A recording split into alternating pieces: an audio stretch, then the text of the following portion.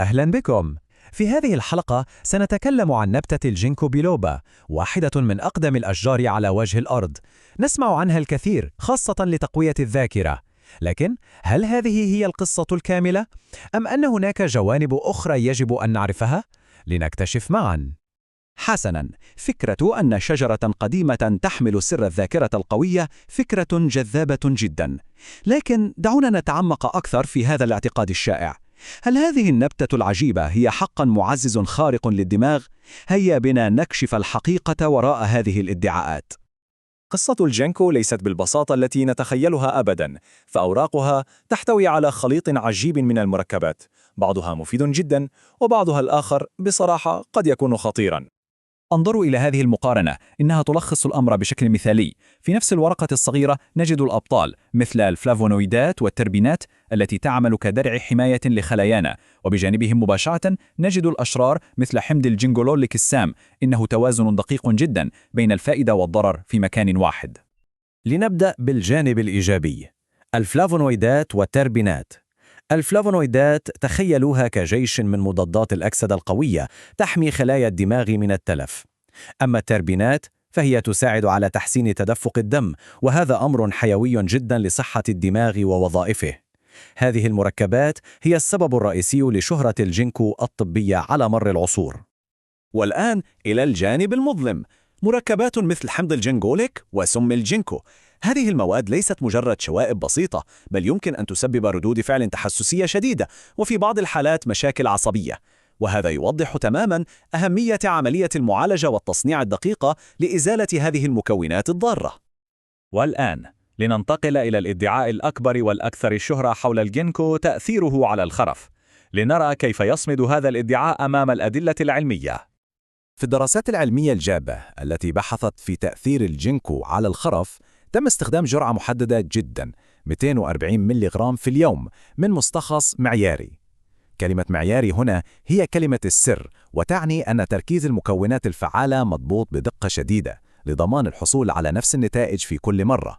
سنعود لأهمية هذه النقطة بعد قليل.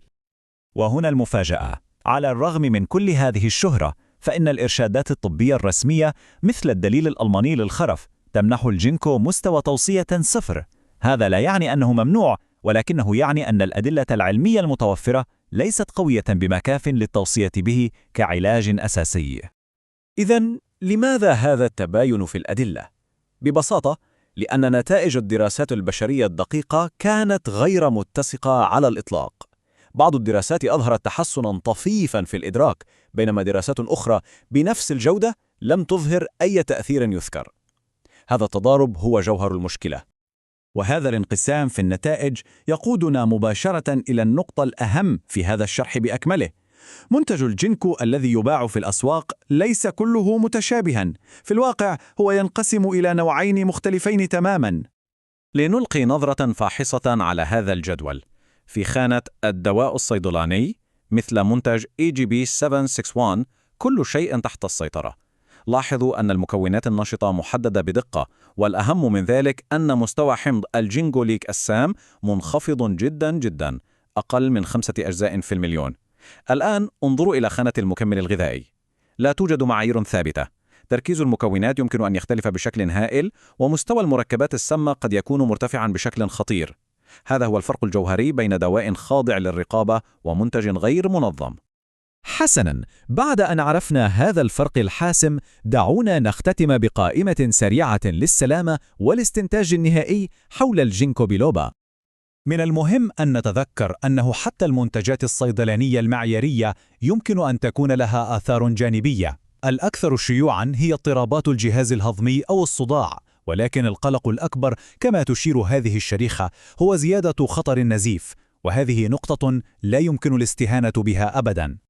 وهناك أيضاً تفاعلات خطيرة يجب الانتباه إليها، خاصة مع أدوية سيولة الدم ومضادات الصرع، ويجب التوقف عن تناوله قبل أي عملية جراحية بأسبوعين على الأقل لتجنب خطر النزيف.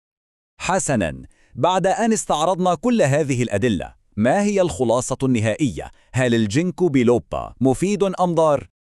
الحكم النهائي هو أن الجينكو له وجهان.